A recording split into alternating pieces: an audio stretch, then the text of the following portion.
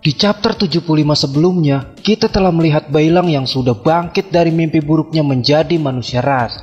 Apakah di chapter 76 kali ini akan ada kejutan? Tentu saja, karena di chapter 76 ini, kita akan melihat kematian siluman Simeng dan mempertemukan kita kepada Xiao Yu.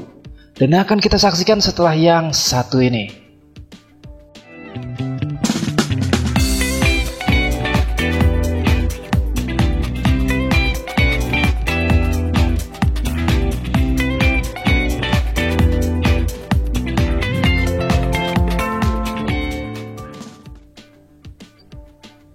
Scene pun diawali dengan pukulan Bailang yang tepat mengenai tubuh siluman Simeng. Siluman Simeng pun langsung terjatuh dan terpental. Di sini Bailang terlihat sangat marah dan Bailang pun merobek tubuh siluman Simeng hingga hancur tak karuan, bagaikan aku tanpa dirinya. Setelah robek, Bailang juga memukul tubuhnya hingga berceceran darah layaknya tai ayam di pagi hari.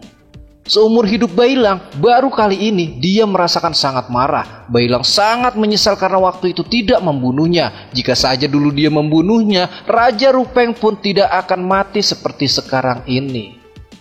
Siluman Simeng mengatakan bahwa Bailang tidak akan membunuhnya karena Bailang adalah orang yang baik dan tidak akan tega mengambil nyawa orang lain. Kau salah, sahut Bailang. Bailang juga menegaskan bahwa selama ini Bailang selalu berusaha keras menekan kemarahannya.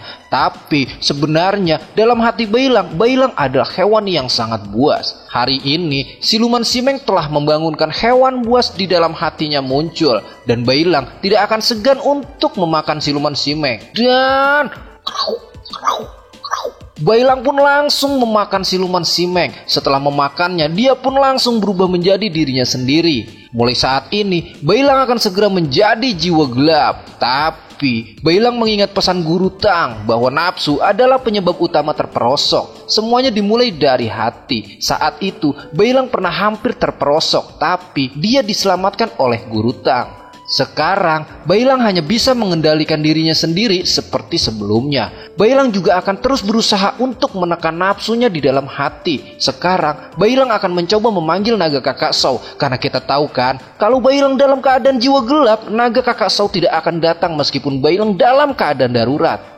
Tapi saat Bailang memanggil naga kakak Shou, naga itu pun keluar. Yang berarti, Bailang telah berhasil menekan jiwa gelap dan hawa nafsu di dalam hatinya. Bailang juga akan merahasiakan hal ini kepada Guru Tang, karena Guru Tang tidak akan memperbolehkan Bailang untuk memakan orang lagi. Sekarang semuanya sudah damai seperti semula. Bailang pun akan segera turun ke negara Wang Yu. Saat Bailang berada di gerbang negara Wang Yu, warga setempat pun langsung terkejut kenapa dia masih ada dan masih tetap hidup.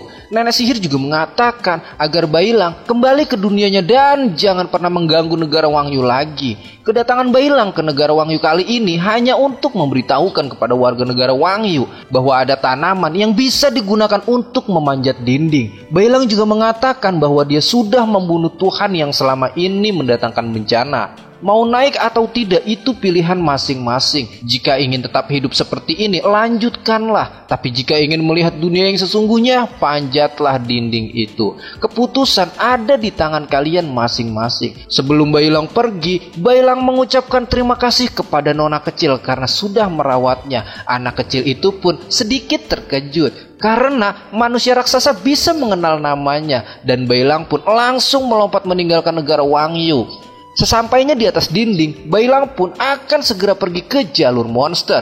Karena dia sudah terlalu lama tinggal di negara Wang Yu, hari ini tidak boleh menunda lagi. Apapun yang terjadi, Bailang harus tetap kembali ke jalur monster. Sambil berlari kencang, Bailang mengatakan semoga Guru Tang dan yang lainnya bisa menyusul Xiao Yu. Dan sekarang kita akan dialihkan ke rombongan Tang Sanzang. Di sini Sun Gokong pun berhasil menghabisi siluman lumpur. Bukan cuma yang kecil, yang besar pun disikat olehnya hingga tak tersisa. Monster lumpur di dalam hutan pun sekarang sudah tidak ada lagi. Sun Gokong tidak mengira bahwa siluman lumpur ada sebanyak itu. Sun Gokong juga sedikit kesulitan menghadapinya karena mereka mempunyai kulit yang keras dan daging yang tebal.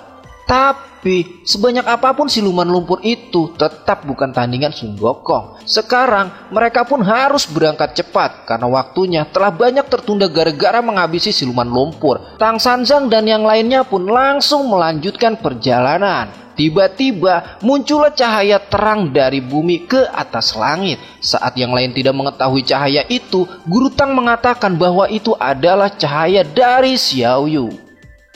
Xiao Yu membakar arwah naganya, menunjukkan jalan untuk Tang Sanzang agar mereka dapat menemuinya. Tapi dengan cahaya itu bukan hanya rombongan Tang Sanzang saja yang mengetahui keberadaan Xiao Yu, bahkan semua siluman di jalur monster juga akan mendatangi Xiao Yu. Di sini terlihat Yihu sedang membawa Xiao Yu. Seketika Yihu berhenti dan merasakan hal yang aneh. Ternyata ada kekuatan yang sangat besar mengarah ke langit. Dan itu dari tubuh Xiao Yu. Walaupun kekuatannya sangat dahsyat, tapi tidak ada aura yang menyerang. Dengan cahaya yang dikeluarkan oleh Xiao Yu akan dapat ditemukan dengan mudah. Dari mulai siluman ular, siluman lebah, siluman tengkorak, siluman kalajengking, bahkan seluruh dunia melihat cahaya itu. Nggak seluruh dunia deh. Bumi itu kan bulat, bukan datar. Bailang pun ikut melihat cahaya Xiao Yu dan Bailang langsung bergegas menuju ke arah cahaya itu. Dengan sinar yang sangat kuat, Yihu pun sedikit khawatir karena sebentar lagi pasti akan ada banyak siluman yang berbondong-bondong untuk menuju ke tempatnya. Di sini Yihu melihat ada air yang keluar dari mata Xiao Yu, yaitu air mata Xiao Yu. Yihu berpikir bahwa Xiao Yu sedang bersedih di dalam mimpinya. Tapi Yihu akan berusaha keras untuk melindunginya dan tidak akan meninggalkannya. Tiba-tiba datanglah seekor siluman mendatangi Yihu. Oh bukan hanya seekor, tapi berekor-ekor. Dengan perut kelaparan, siluman itu ingin menyerang dan memakan Xiao Yu. Tapi di sini Yihu pun merasakan lapar dan ingin menghabisi siluman yang mencoba menyerang Xiao Yu tentunya. Di sini terlihat Guru Tang dan rombongan juga berlari cepat untuk menuju Xiao Yu. Guru Tang mengatakan membocorkan seberapa penting dan lokasi dirinya di jalur monster secara terang-terangan akan sangat merepotkan. Cepat Kai menanyakan apakah siluman dari segala tempat akan datang. Sudah pasti karena Xiao Yu terlalu menggoda, jawab Wu Jing. Yang terpenting sekarang adalah kita sudah tahu keberadaannya. Asalkan bergerak lebih cepat, kita pasti akan melindunginya, ucap Sun Wukong.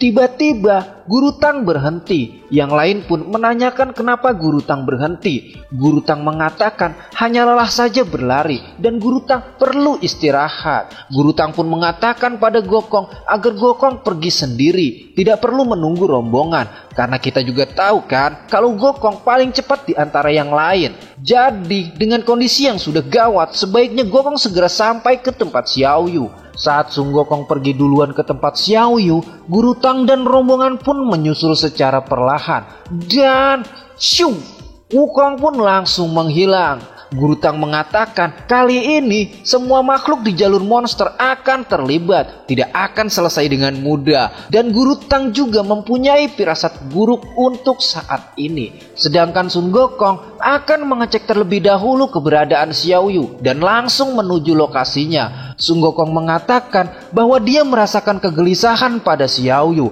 dan Wukong langsung terbang dan mengatakan dewa keras suci Sun Gokong akan segera tiba. Dan di sini kita melihat Nona Banteng yang sedang melihat fenomena kekuatan kitab suci. Nona Banteng mengatakan kekuatannya memang sangat hebat, tapi menunjukkan cahayanya itu seperti orang yang bodoh. Karena semua siluman akan mengetahui keberadaannya saat ini. Dan Nona Banteng juga merasakan perasaan yang tidak tenang. Feelingnya mengatakan bahwa Tang Sanzang dan yang lainnya sedang menemui masalah dan Nona Banteng pun akan segera ke sana. Dan si Xingji season 4 chapter 76 di sini pun bersambung. Gimana menurut kalian guys? Masih penasaran kan?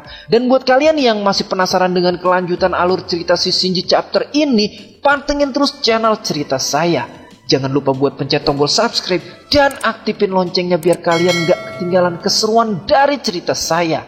Dan jangan lupa juga untuk tinggalkan like, karena dengan like kalian, Mimin Cerita Saya akan lebih bersemangat menghadirkan tentang video si Shinji chapter ini. Mimin di sini pamit dan bye bye.